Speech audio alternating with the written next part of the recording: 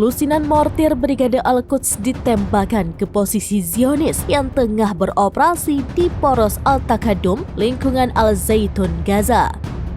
Video detik-detik prajurit Brigade Al-Quds menyerang posisi Zionis itu diunggah di media sosial X Sofar News pada Senin 11 Maret 2024. Dalam video tampak sejumlah prajurit Brigade Al-Quds menembakkan lusinan mortir dari beberapa posisi. Suara ledakan dari mortir Brigade Al-Quds itu juga terdengar hingga berulang kali. Serangan mortir itu pun diklaim berhasil meledak dan mengecoh pasukan Zionis di Al-Zaitun.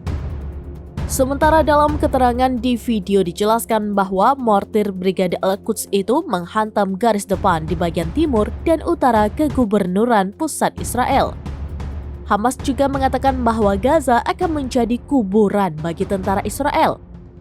Al-Qassam telah mendokumentasikan operasinya melawan pasukan dan kendaraan tentara pendudukan dalam berbagai sumbu tempur sejak dimulainya operasi darat Israel akhir Oktober lalu. Dalam berbagai operasi darat yang dilakukan, mereka menggunakan rudal anti-personel, baju besi, dan benteng untuk melawan Israel.